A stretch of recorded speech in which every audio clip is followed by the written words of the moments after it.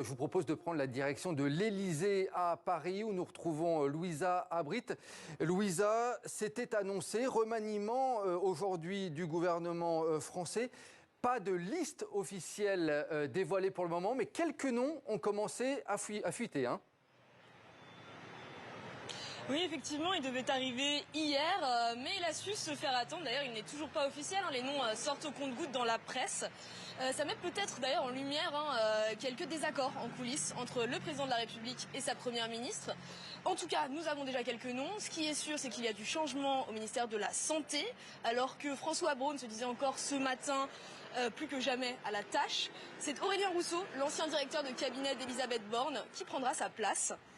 Ce qui est pressenti également, Gabriel Attal qui remplacerait Pape Ndiaye à l'éducation, un ministère clé pour le premier de la classe de la Macronie. À 34 ans, c'est le 3e gouvernement dont il fera partie.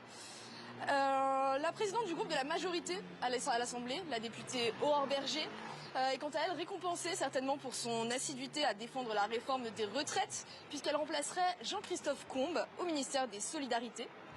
Enfin, Marlène Schiappa, sans surprise, quitterait le gouvernement. Elle était accablée par de nombreuses polémiques, notamment sa gestion du fonds Marianne. Ce remaniement suffira-t-il à réanimer la Macronie? C'est la question que se posent de nombreux Français. En tout cas, ils pourront découvrir les nouveaux membres de leur gouvernement dès demain, 10h, lors du Conseil des ministres.